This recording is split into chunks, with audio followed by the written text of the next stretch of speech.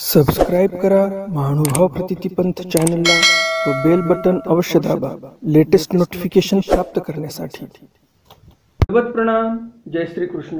मी ईश्वरदास महानुभाव सर्वांचं स्वागत करतो आपल्या महानुभाव प्रतितिपंथ या चॅनलमध्ये। उद्धव गीतेच्या कालच्या सत्रामध्ये आपण पाहिलं श्रीकृष्ण महाराजांनी सूक्ष्म प्रपंच आणि स्थूल प्रपंचाची रचना कशी होते, अज्ञानवशी जीवाकडून ती रचना होते आणि सूक्ष्म प्रपंच रचनेचे निरूपण जे आहे ते चालू आहे। त्याचप्रमाणे कालच्या सत्रामध्ये आपण पाहिलं जीवाचा आणि ईश्वराचा भेद जो आहे तो श्रीकृष्ण महाराजांनी कसा निरूपण केला। आजच्या सत्रामध्ये आपण पाहणार आहोत हे जे सूक्ष्म प्रपंचाच्या विषयी निरूपण चालू आहे श्रीकृष्ण भगवंतांचं, ते थोडं काही उरलेलं आहे, तर त्या संदर्भातील एक दोन ओव्या आहेत आणि मग पुढे चतुर्विध कर्मफळाचं श्रीकृष्ण महाराज निरूपण करतात। त्या संदर्भातही आपल्याला आजच्या सत्रामध्ये तुम्हाला माहिती मिळणार आहे। आणि त्यानंतर उद्धवदेव प्रश्न करतात की परमेश्वर असा हा करुणाकर असताना, दयेचा कृपेचा सागर असताना परमेश्वर ह्या जीवांना चतुर्विध कर्मफळाला जावंच का लागते, हाही प्रश्न उद्धवदेव करतात। फार महत्त्वाचा प्रश्न आहे, तुमच्या मनामध्ये बऱ्याच वेळा हा प्रश्न आला असेल आणि त्या प्रश्नाचं उत्तर श्रीकृष्ण भगवंत देणार आहेत। त्यामुळे शेवटपर्यंत हा व्हिडिओ बघा, नक्कीच तुम्हाला आज काही नवीन ज्ञानार्जन होणार आहे। नेहमीच्याच प्रमाणे तुम्हाला हा व्हिडिओ नक्कीच आवडणार आहे, कारण तसा ज्ञानवर्धक नक्कीच होणार आहे हा व्हिडिओ। तर लगेच या व्हिडिओला लाईक करा। नवीन दर्शक कोणी आले असतील त्यांना अशा या ज्ञानाच्या संबंधित काही गोष्टी ऐकायची इच्छा असेल, असे काही व्हिडिओ आवडत असतील तर हे चॅनल तुमच्यासाठी आहे। त्यामुळे लगेच चॅनलला सबस्क्राईब करा, बेल बटन दाबा, त्यामध्ये ऑल ऑप्शन सिलेक्ट करा, म्हणजे मी असे ज्ञानवर्धक व्हिडिओ अपलोड केल्यानंतर लगेच तुम्हाला सर्वप्रथम नोटिफिकेशन येईल आणि सर्वप्रथम तुम्ही ज्ञानार्जन करू शकाल। तर चला तर जास्त उशीर न करता आज काही नवीन ज्ञानार्जन करूया। दंडवत हो। उद्धव गीता ओवी क्रमांक 602 पर्यंत आपण काल अध्ययन केलं या ग्रंथाचं। आज आपण उद्धव गीतेतील ओवी क्रमांक 603 पासून ग्रंथ वाचनाला सुरुवात करूया। भरी तनु मात्राची लोव, ले वोखयांचे ढिव, ते आवगती बरव तोची जाणे। प्रकरण चालू आहे सूक्ष्म प्रपंचाची रचना जीव कसा करतो। सूक्ष्म प्रपंच कशाला म्हणतात? हे जे देवता लोक आहे, 81 कोटी 1.25 देवता आहेत, ह्या देवतेंचे मळ हा जीव तयार करून अंगावर घेतो, तर याला या मळ रचनेला सूक्ष्म प्रपंचाची रचना असं बोलतात।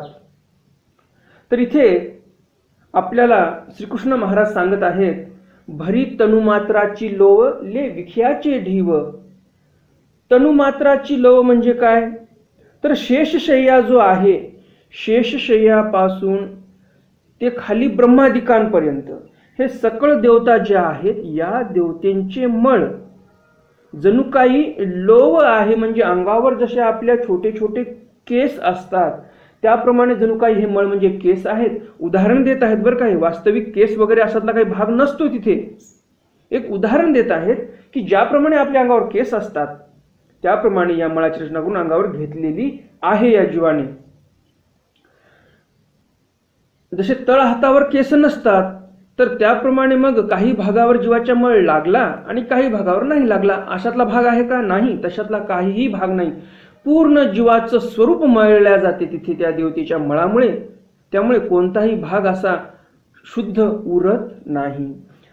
ले विषयाचे ढीव, विषय कशाला म्हणतात? तर इंद्रादिकापासून खालील ज्या चहुस्थानीच्या देवता आहेत, स्वर्गीचा इंद्र, खाली अंतराळीची देवता आहे यक्षिणी, त्या खाली अष्टदेवनी देवता आहे आणि त्या खाली कर्मभूमीच्या देवता, हे चहुस्थानीच्या देवत्याला विषय असं बोलतात।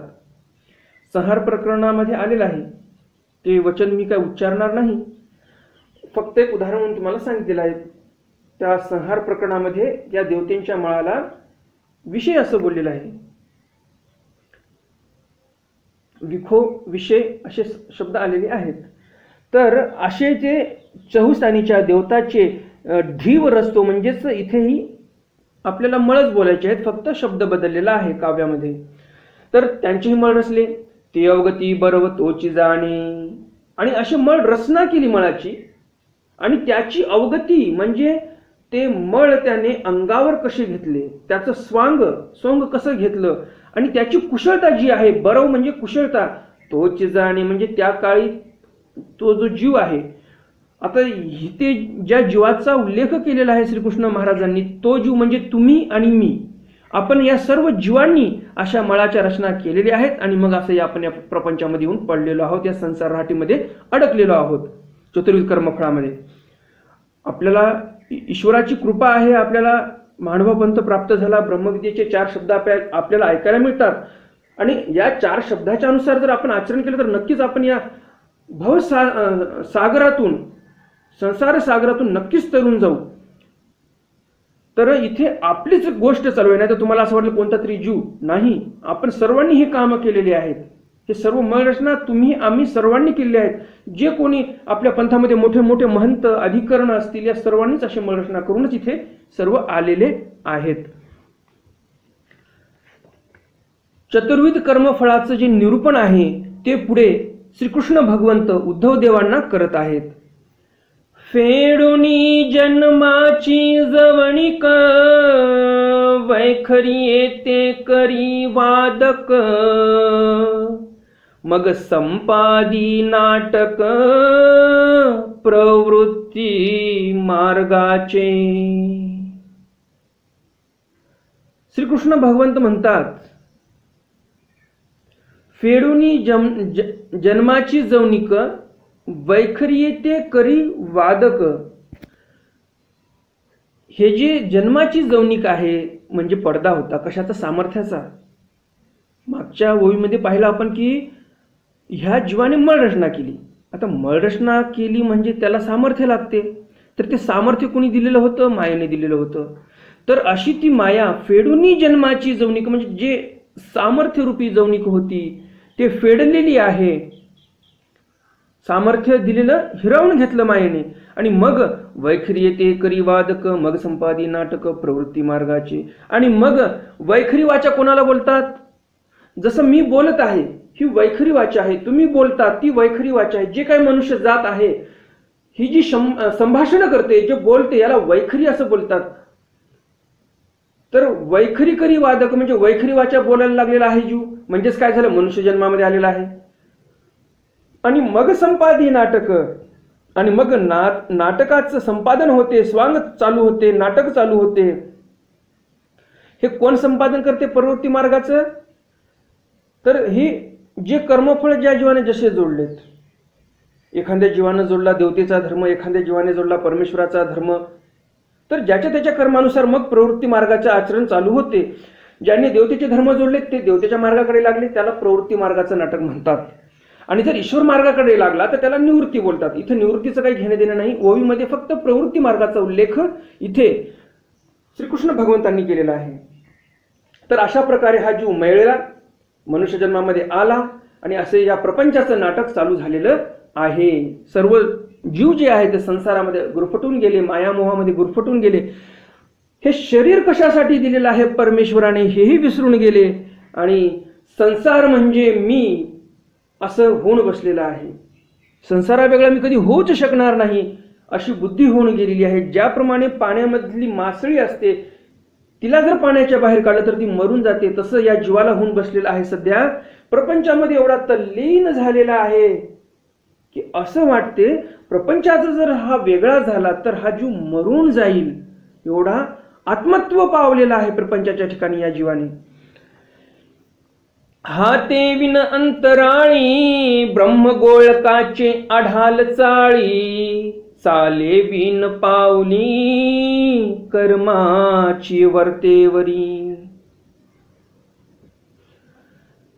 मळरचना कशी केली, त्या प्रसंगी काय व्यवस्था होती हे सांगतात. हाते विन अंतराळी, ज्यावेळेस तम स्वरूपामधून जीव हरित स्वरूपामध्ये आला आणि तिथे अंतराळामध्ये तो हात नसताना ब्रह्मगोळकाचे आढाळ चाळी, हात नव्हते त्याला तिथे, सामर्थ्यानेच त्याने आढाळ चाललेला आहे.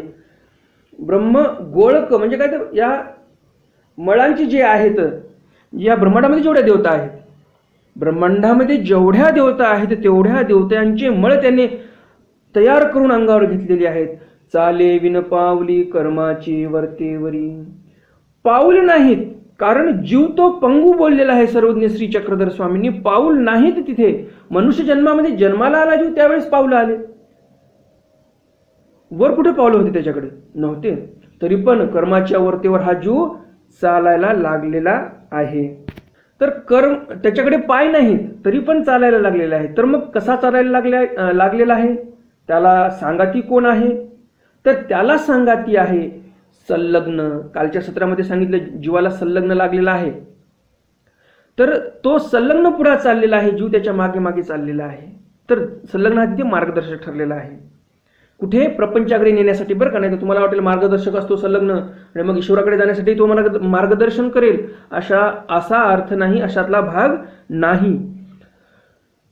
आणि मग त्याच्या मागे मागे, या संलग्नाच्या मागे मागे हा जीव कर्म जे आहेत, संत कर्मे आहेत, त्याचं जे वर्त आहे, ज्याप्रमाणे डोंबाऱ्याचा खेळ असतो त्याच्यावर ते मुलगी जी असते ते वर्त साधते. म्हणजे वर्तेचा दृष्टांत तुम्हाला माहितीच असेल, दोरीवर या काठावरून त्या काठावरती जाते.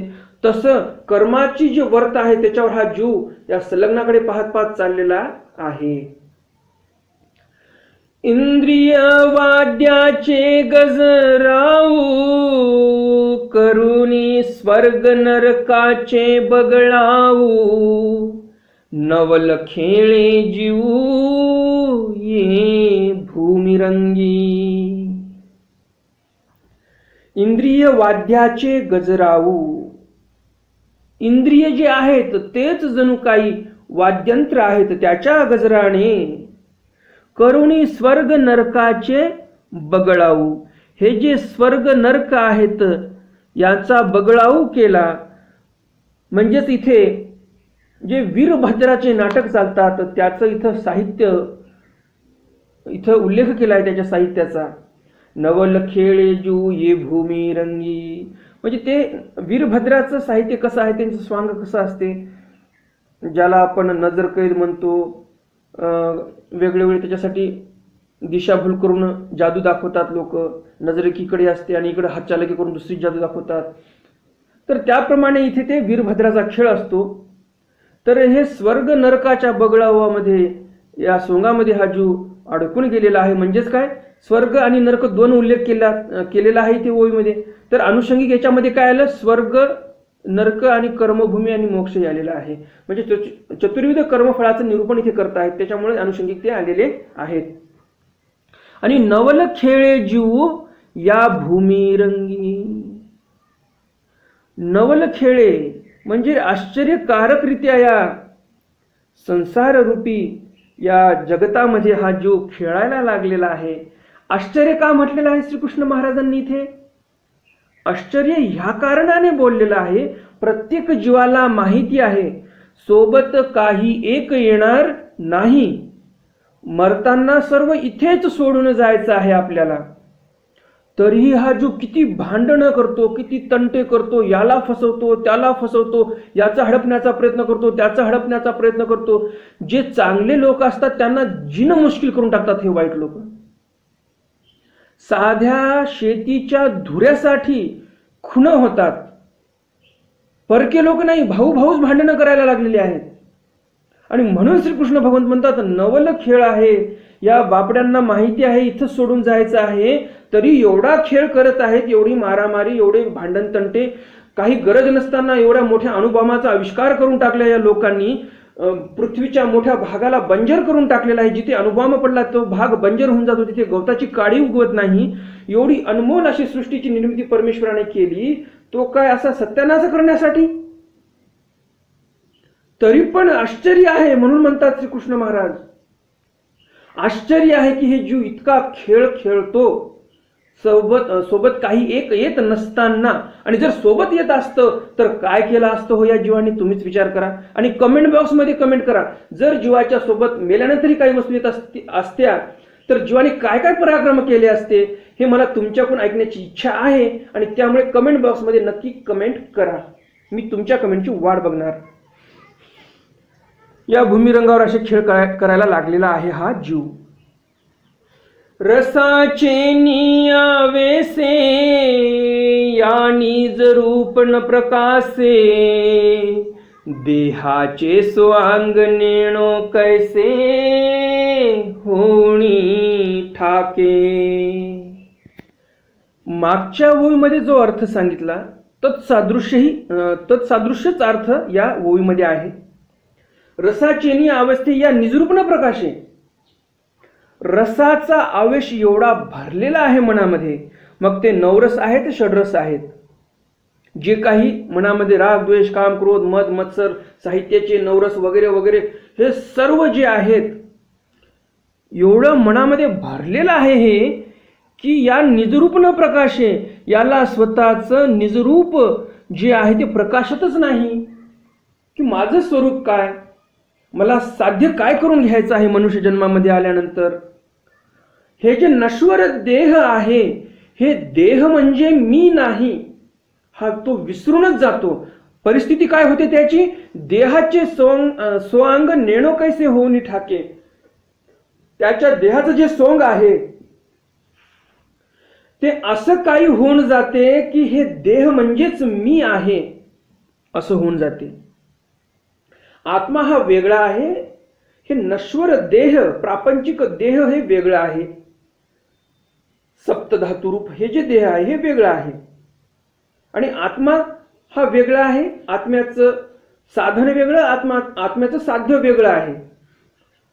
शरीराचं भोजन म्हणजे अन्न, आत्म्याचं भोजन म्हणजे ईश्वराचं भजन हे विसरूनच गेलेला आहे हा जीव. आणि त्यामुळे इथे श्रीकृष्ण भगवंत म्हणतात हे सोंग करता करता हा जीव इतका तल्लीन होऊन गेला या देहामध्ये आणि या देहासोबतच या प्रपंचामध्ये एवढा तल्लीन होऊन गेलेला आहे हा जीव की हे देह म्हणजे मी, प्रपंच म्हणजे मीच आहे जणू काही असं होऊन बसलेलं आहे या जीवाचं. आणि म्हणून हे आश्चर्यकारक असं वाटते श्रीकृष्ण महाराजांना. कारण परमेश्वराने सृष्टीची निर्मिती केली या जीवाला आनंद देण्यासाठी, ईश्वर प्राप्ती करून देण्यासाठी. परमेश्वराने या मनुष्याला, या जीवाला मनुष्य देह दिला, तो देवधर्म करून ईश्वराची आराधना करून ईश्वर प्राप्ती करून घेण्यासाठी. आणि हा जीव भलतीकडेच धावत आहे. आणि त्यामुळे नक्कीच इथे श्रीकृष्ण महाराजांना आश्चर्य वाटणारच होतं आणि त्यांना ते आश्चर्य वाटलेलं आहे. म्हणजे बघा जीवाचे कर्तृत्व कसं आहे जीवाचं. परमेश्वरालाही आश्चर्य वाटत आहे आपल्याकडे बघून. विचार करा तुम्ही, असं आश्चर्य नको वाटायला. देवधर्म केलं तर परमेश्वराला चांगलं तरी वाटेल, नाहीतर देवही आश्चर्यचकित झालेले आहेत की मी केलं काय आणि झालं काय. अनात्मेया आत्मेयाचा अध्यासू हाची सर्व बंधाचा कसू यावरी लागे पासू पुण्य पापाचा. अनात्मेया आत्मेयाचा अध्यासू हे जे मागच्या 2-4 ओव्या आहेत आणि समोरच्या 1-2 ओव्या एकसारखेच अर्थ आहे या ओव्यांचा, परंतु शब्द वेगळे वेगळे वापरलेले आहेत. आणि या ओवीमध्ये थोडं सविस्तर सांगितलेलं आहे. काय म्हणतात श्रीकृष्ण महाराज, अनात्मेया आत्मेयाचा अध्यासू. अनात्मेया म्हणजे जो अनात्मा आहे त्या अनात्म्याचा, आत्म्याचा अध्यासू म्हणजे अनात्म्याविषयी या आत्म्याचा अध्यास असा आहे. हाची सर्व बंधाचा कसू. हे जे अनात्मा म्हणजे कोण, तर प्रपंच जे आहे तो अनात्मा आहे. मळ जे आहे शरीरावर लागलेले ते अनात्मा आहेत. जे स्थूल प्रपंच आहे ते अनात्मा आहे. आता स्थूल प्रपंच कशाला म्हणणार हे तुमच्या मनामध्ये प्रश्न आला असेल.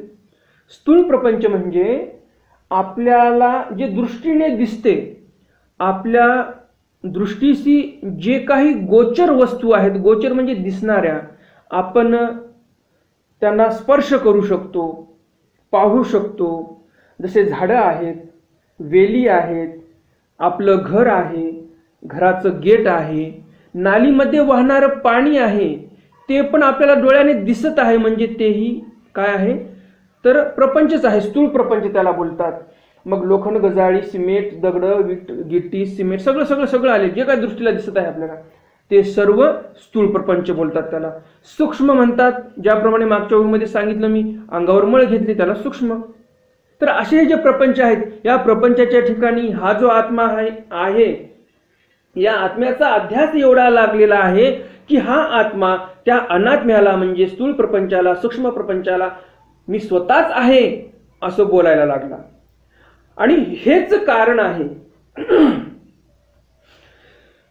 हे कारण कशासाठी आहे तर हाची सर्व बंधाचा कसू, हेच सर्व बंधाची कसवटी आहे. म्हणजे ह्यामुळेच, या कारणानेच या जीवाला बंधनं पडलेले आहेत. या जीवाला परीक्षा करता आली नाही व्यवस्थित की आत्मा कोण अनात्मा कोण. या जीवाचा, या शरीरामध्ये जो जीव आहे, या जीवाचा आत्मा तो फक्त परमेश्वर राहायला पाहिजे, तर त्या भक्ताला आपण भक्त म्हणू शकतो. भक्ताचा आत्मा तो परमेश्वर असतो. परमेश्वराला जर काही झालं तर भक्त जिवंत राहू शकत नाही. याला खरा भक्त म्हणतात. आणि खरंच आत्म्याला आत्म्याची प्रतीती आली असं आपण बोलू शकतो. कारण भक्ताचा आत्मा हा परमेश्वर असतो. परमेश्वराला जर काही झालं, ज्याप्रमाणे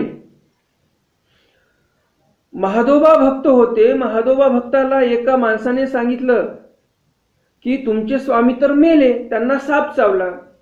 हे चौकळकीचे भक्त होते महादोबा भक्त.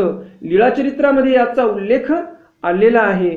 ते जर तुम्हाला ते जर चरित्र ऐकायचं असेल तर मी तुम्हाला डिस्क्रिप्शन बॉक्समध्ये त्याची लिंक देईल किंवा आय बटनमध्ये लिंक देईल. ते महादेवबा भक्ताचं तुम्ही चरित्र ऐकू शकता की त्यांनी कसा प्राणाचा त्याग केला. तर त्या व्हिडिओचं जे टायटल आहे की स्वामींनी सांगितलं खरं का बोलू नये, असं ते टायटल आहे त्याचं. त्याच्यामध्ये ते लीळा आलेली आहे. तर ते जर तुम्हाला चरित्र ऐकायचं असेल, डिस्क्रिप्शन बॉक्स आणि आय बटन दोन्हीमध्ये तुम्ही चेक करू शकता. मी नक्की तिथे लिंक देणार आहे. तर तिथे परमेश्वर नाहीत म्हटल्यानंतर महादेवा भक्त लगेच मरून गेले. कारण परमेश्वर हा भक्ताचा आत्मा असतो. तर तो भक्त खरा दैवाचा, भाग्याचा असतो. आणि या जीवाचं कसं झालेलं आहे, जे प्रपंचामध्ये गुरफटलेले आहेत, यांचा आत्मा म्हणजे प्रपंच होऊन बसलेला आहे. प्रपंचामध्ये कमी जास्त झालं काही, हार्ट अटॅक येऊन पडतो माणूस. मी काही वर्षापूर्वी एक बातमी ऐकली. नाशिक जिल्ह्यातील वर्तमानपत्रामध्ये आलेली बातमी होती. त्या भागामध्ये द्राक्षाचे बाग बगीचे खूप असतात. एका शेतकऱ्याचा बाग होता. आदल्या दिवशी तो व्यापारी बघून गेला बागाला आणि 50 लाखामध्ये बाग घेण्याचं ठरलं. उद्या तो माणूस येणार होता आणि कामाला सुरुवात होणार होती.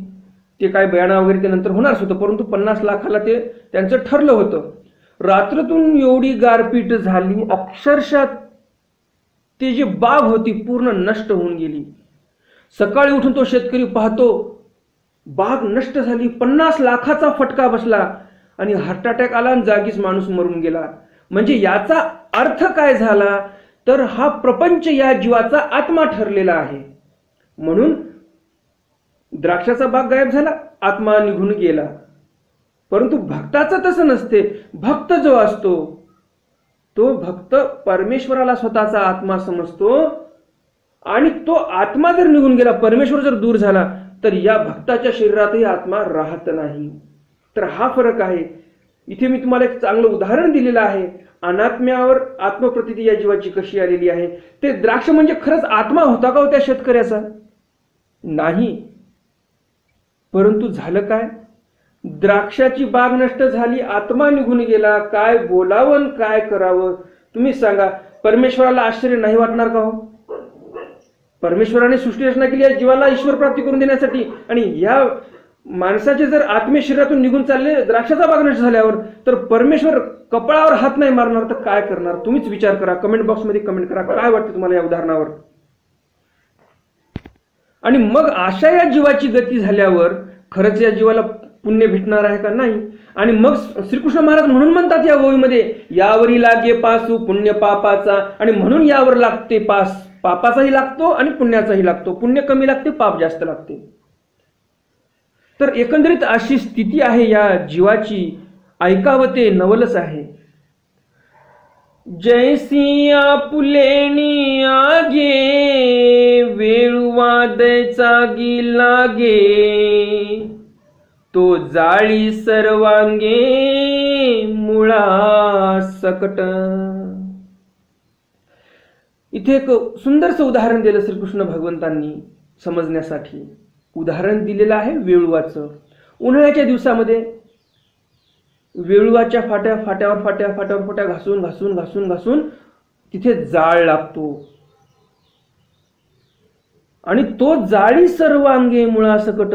फाट्यावर फाट्या घासल्या म्हणजे स्वतःचं चांगलं स्वतःवर घासलं, जाळ लागला आणि मुळासकट ते वेळुवाचं वन जळून गेलेलं आहे. तसं या जीवाचं झालेलं आहे.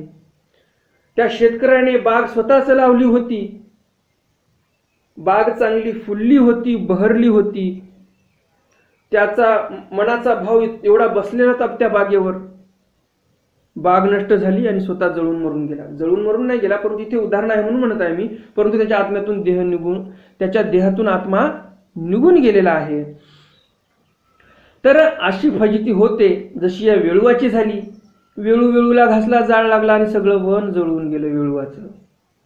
तर तसं या जीवाचं झालेलं आहे असं श्रीकृष्ण महाराज म्हणतात. एवढी सुंदर सृष्टी निर्माण केली मी या सुंदर अशा जीवासाठी, या सुंदर जीवाला सुंदर ईश्वराची प्राप्ती करून देण्यासाठी, परंतु हा जीव कुठे अडकून बसलेला आहे बाबडा. त्यामुळे परमेश्वर हे आश्चर्यचकित झालेले आहेत. तर आजचे हे सत्र जे आहे आपलं इथेच संपलेलं आहे.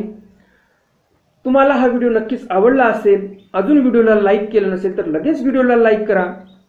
नवीन दर्शक कोणी आले असतील, त्यांना अशा ग्रंथांमध्ये रुची असेल तर लगेच चॅनलला सबस्क्राईब करा, बेल बटन दाबा, त्यामध्ये ऑल ऑप्शन सिलेक्ट करा. म्हणजे मी असं ग्रंथ वाचन केलं आणि हा व्हिडिओ अपलोड केला की सर्वप्रथम तुम्हाला नोटिफिकेशन येत जाईल आणि सर्वप्रथम तुम्ही या ग्रंथाचं ज्ञान प्राप्त करू शकता. यासोबतच आपल्या चॅनलवर लीळाचरित्र ग्रंथ चालू आहे, तेही ग्रंथ तुम्ही ऐकू शकता. तर असं दररोज नवनवीन ज्ञानार्जन तुम्हाला करायचं असेल तर हे चॅनल तुमच्यासारख्या जिज्ञासू अर्थवंतांसाठीच आहे आणि त्यामुळे लगेच चॅनलला सबस्क्राईब करा. ही सुवर्ण संधी दवडू नका. तर भेटूया उद्याच्या सत्रामध्ये नवीन एका उदाहरणासह जे श्रीकृष्ण महाराज इथे निरूपण करत आहेत. नवीन ओव्यांसह मी तुम्हाला नक्कीच भेटणार आहे उद्याच्या सत्रामध्ये. तोपर्यंत दंडवत प्रणाम. जय श्रीकृष्ण. जास्तीत जास्त आपल्या वाचनिक मंडळीपर्यंत हा व्हिडिओ शेअर करा, त्यांनाही या ज्ञानाचा लाभ मिळू द्या. दंडवत प्रणाम. जय श्रीकृष्ण. दंडवत हो.